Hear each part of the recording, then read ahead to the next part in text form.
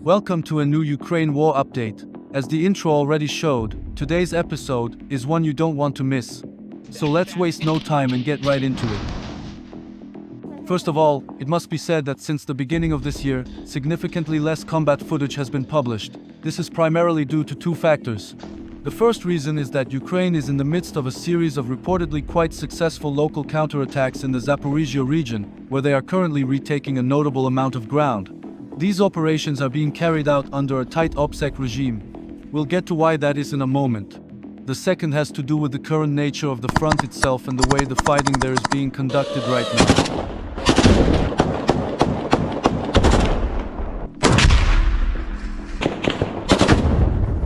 If we take a look at the map and at geolocated footage from the last 30 days, we can see that there are currently four main hotspots. The first is up north in Kupiansk. I covered this sector in my last video. The second is Kostiantynivka, where the Russians currently appear to have placed one of their main efforts. Then there is Pokrovsk and finally Zaporizhzhia. Based on the map, it becomes evident that, aside from Kostiantynivka, combat activity is significantly less concentrated, with noticeable gaps between documented engagements. This is particularly noticeable in the area around Zaporizhzhia. This is due to the fragmented nature of the positions and the currently employed infiltration tactics, which are primarily carried out by infantry. As a result, it is becoming increasingly difficult to speak of a classical front line.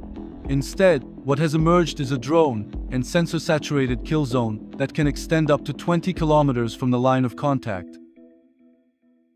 This leads to the majority of the fighting being conducted either by or against drones, followed by artillery and aerial bombardments.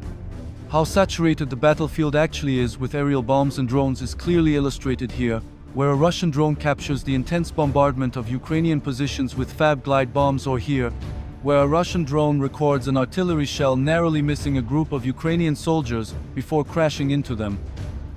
Even in Kostiantynivka, where fighting has been reported in the most confined spaces, this same pattern of combat can be observed. For example, here we have intense footage from inside the city, filmed by a Ukrainian drone, showing what appears to be a phosphorus strike on a Ukrainian residential area, followed by the impact of a Russian glide bomb. There is also footage showing the aftermath of the attack, but due to its graphic nature, I can only share it on Telegram. Since drones continue to play the most active role in this type of warfare, either by engaging targets directly or by coordinating strikes, identified drone operators have become high-value targets for both sides. As a result, once a drone operator's position is detected, it is not uncommon for combat aircraft to conduct bombing runs to neutralize those positions. Although this form of combat has made it nearly impossible to mobilize mechanized forces for offensive operations without accepting disproportionately high losses, the Ukrainians nevertheless managed to conduct several somewhat limited mechanized assaults in the Zaporizhzhia region in February, as can clearly be seen in this footage. This came after a series of Russian deep strike drone attacks in late January, during which Russian BM-35 drones reportedly hit Ukrainian aircraft and radar equipment in the rear areas, including two F-16 decoys that were later presented by Russian sources as a major victory. Amid renewed Ukrainian complaints that Starlink had in fact enabled these attacks, Musk subsequently cut off access for Russian forces. It is somewhat ironic that, for claiming the destruction of two F-16 decoys, the Russians ultimately had to accept the loss of Starlink access, and with it, at least 300 square kilometers of territory. The shutdown caught the Russians off guard and at least temporarily heavily degraded their reconnaissance capabilities and the effectiveness of their established kill chain. With this I mean the way and the speed at which they were able to coordinate fires such as artillery. There were also reports of a throttling of telegram access for Russian forces, allegedly ordered by Putin, which further disrupted frontline communications and made coordinated defensive actions more difficult. In addition, Russian positions in the claimed territories, particularly in the south, show significant gaps, meaning that some positions are either no longer occupied at all or are only very lightly manned. While this is also the case on the Ukrainian side to some extent, there are increasing indications that Russian forces have recently conducted a number of so-called flag operations, in which areas that were not actually brought under firm de facto control were nevertheless declared as captured. This now appears to be facilitating Ukrainian advances, as in some cases they encounter little to no Russian resistance when pushing forward. However, according to the Institute for the Study of War, the Ukrainian exploit has allowed them to recapture multiple settlements in the Oleksandrivka and Huliai directions in Dnipropetrovsk and Zaporizhzhia oblasts. Reuters even set one claim on top of this because according to them, Ukraine's commander-in-chief Alexander Syrsky claimed that Ukrainian forces have retaken approximately 400 square kilometers of territory, including 8 settlements, since late January 2026. Since this is an ongoing operation, it is, as mentioned, currently very difficult to speak with 100% certainty about territorial gains or the exact course of the fighting, especially given the limited amount of available footage. Map providers such as Deep State are also being very cautious about marking territorial changes on their maps at this stage. Furthermore, the previously mentioned kill zone dynamic makes it difficult to speak of clearly controlled areas, as both sides are able to strike each other with drones well beyond traditional front lines. Nevertheless, these factors combined with the exploitation of poor weather conditions led to one of Ukraine's most significant successes in recent months, even surpassing the second recapture of Kupiansk. One of the most intense flashpoints in the south of the country at the moment is the small town of Stepnohirsk, located south of the city of Zaporizhzhia. Although the town itself has only 9 high-rise buildings at its center, these have been transformed into heavily contested fortified strongpoints. As a result, brutal close-quarters urban combat has unfolded there, as can be seen in this footage. Stepnohirsk represents the last major Ukrainian defensive position before the Kinska River, which acts as a natural barrier that significantly restricts maneuver and funnels any attempted advance into predictable crossing points that are easily controllable by drones and other precision fires. The high-rise buildings, meanwhile, provide ideal shelter for drone operators, allowing them to conduct operations across the surrounding sector. If Russian forces manage to take the town and cross the river, they would be able to move heavy artillery much closer to Zaporizhzhia, roughly 14 miles to the north. From there, they could place one of Ukraine's key industrial hubs under sustained artillery fire. It is therefore no surprise that Ukraine is committed to holding the town, and so far, it has succeeded. Despite sustained Russian pressure, any advances have been slow and costly, with the battle dominated by attritional tactics.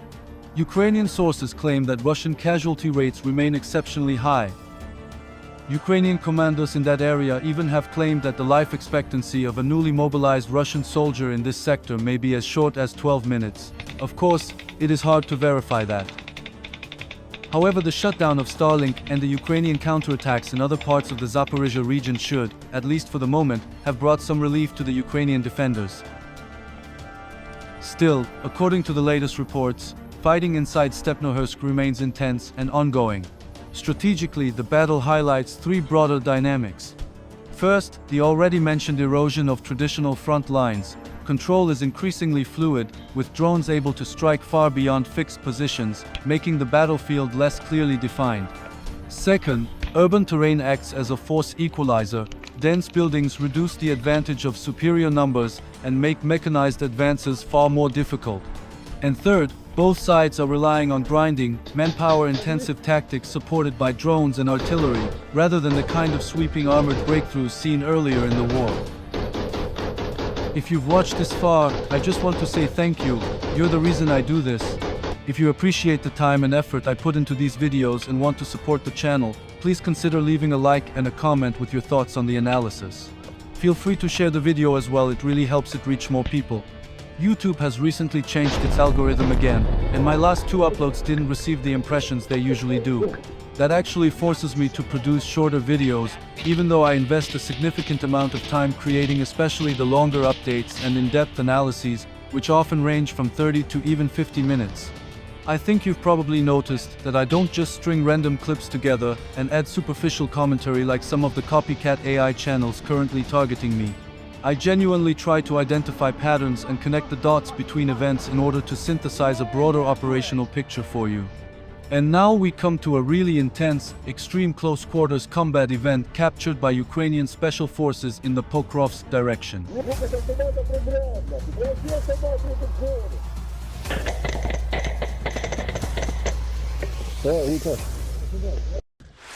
What you just saw was an intense face-to-face encounter between a team of Ukrainian special forces and a lone Russian soldier in the Pokrovsk direction.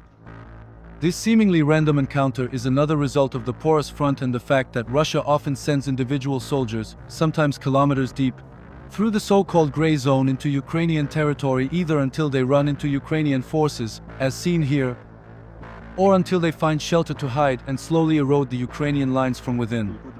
I can't say exactly how this encounter came about. It appears that the Ukrainians were on a reconnaissance or search mission when they ran into the Russian soldier. Before they opened fire, they had a short but tense exchange with him, or rather a monologue, since the Russian wasn't very talkative and instead tried to outsmart the Ukrainians. But see for yourselves. Стой.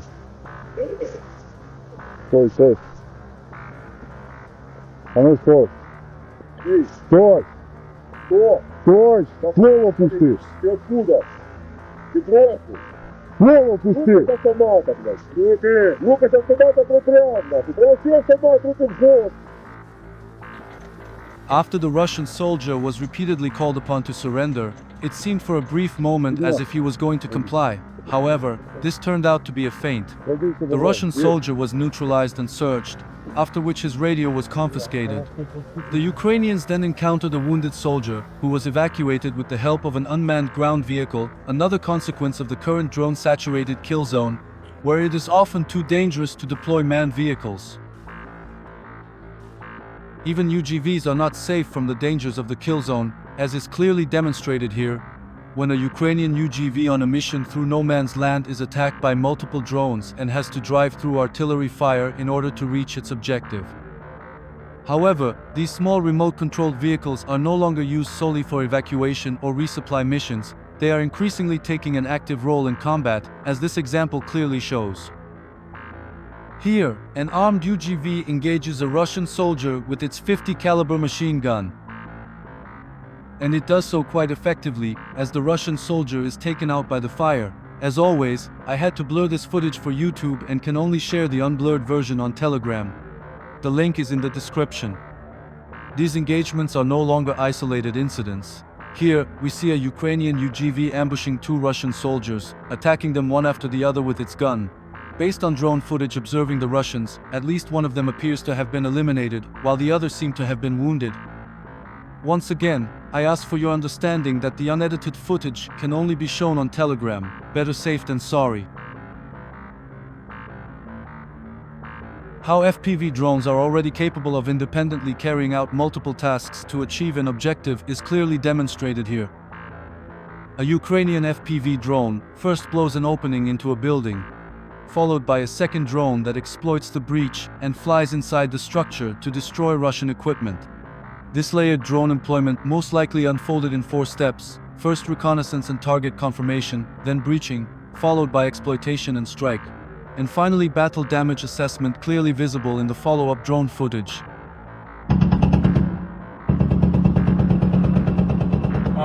Глянь.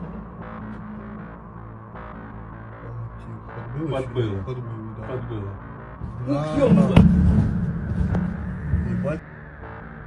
One could truly speak of bad luck here.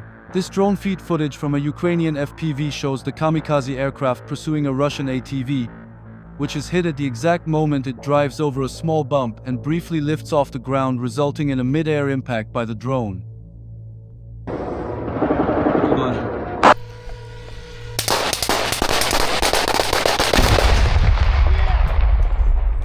Another omnipresent threat in the gray zone, aside from drones, are mines, as these Russian soldiers quickly and unmistakably realize when their vehicle drives over one.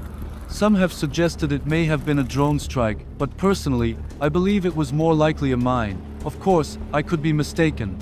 However, the footage quality is relatively decent, and I cannot see or hear any incoming drone. This image shows the aftermath of a Ukrainian drone strike on the Dorogobuzh chemical plant in Russia's Smolensk region, about 290 kilometers from the border. The attack hit ammonium nitrate facilities responsible for roughly 10% of Russia's output, a key component used in fertilizers and as a precursor for explosives.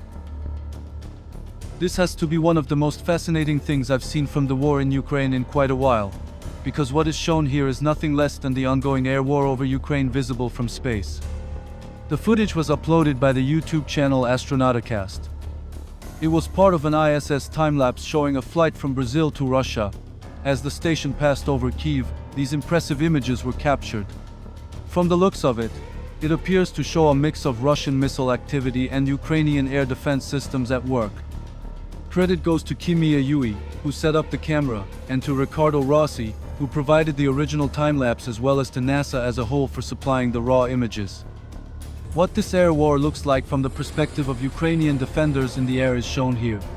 What follows is a series of interceptions of Russian Shahed drones, using all available means ranging from miniguns and helicopters to ground-based anti-air fire and missile systems.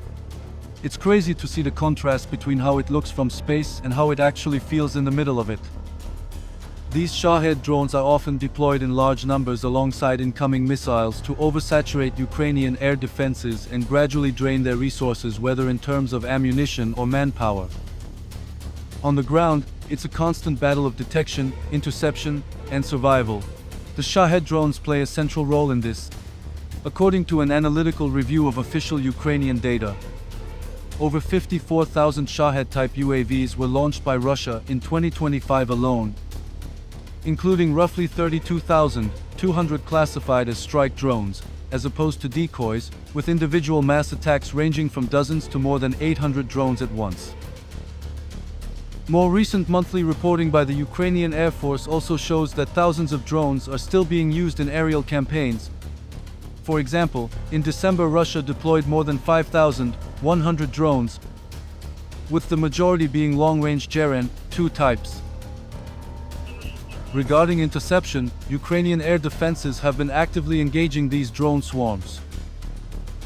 In one large Russian aerial assault, for example, Ukraine reported intercepting 274 out of 297 drones launched during a single night's operation.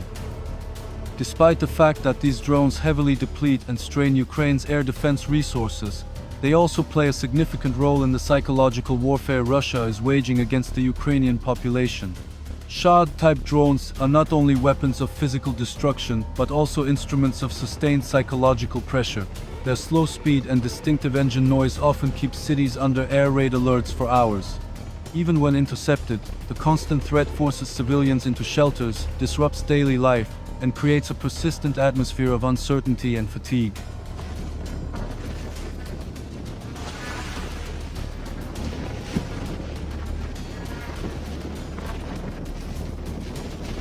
Because of the constant threat from the air, including the risk of being detected, targeted by drones, struck by missiles, or hit by airstrikes, troops and command posts are instinctively moving deeper underground into bunkers. Life inside one of these bunkers was recently documented by Russian forces in a video.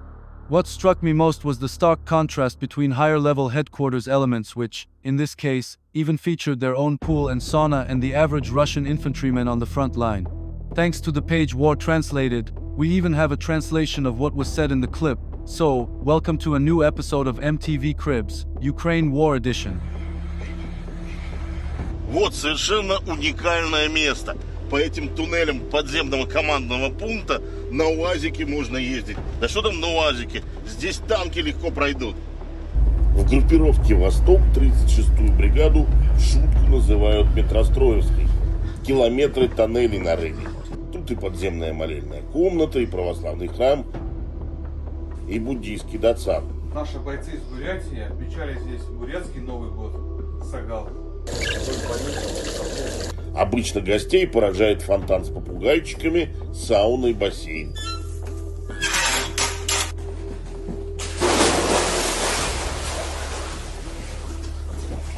Ну что, как ощущения? Замечательно, как будто заново родился.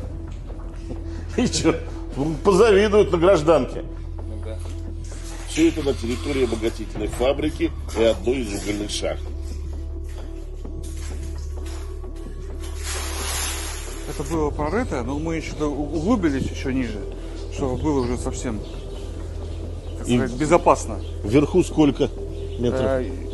Еще 3 метра сверху. А что там, бетонные плиты? Там бетонные плиты, плюс перекрытия деревянные и плюс еще накат земли, чтобы не было никаких ударов химарсов и авиабомб, да, чтобы можно было выдержать, соответственно, это масштабный удар.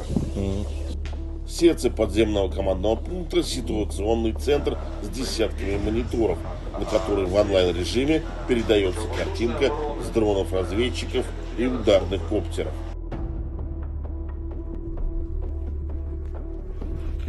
Ти мій помічник? Так. Красунчик. Ну давай тільки без рук. Ну ладно. Давай так сидіть.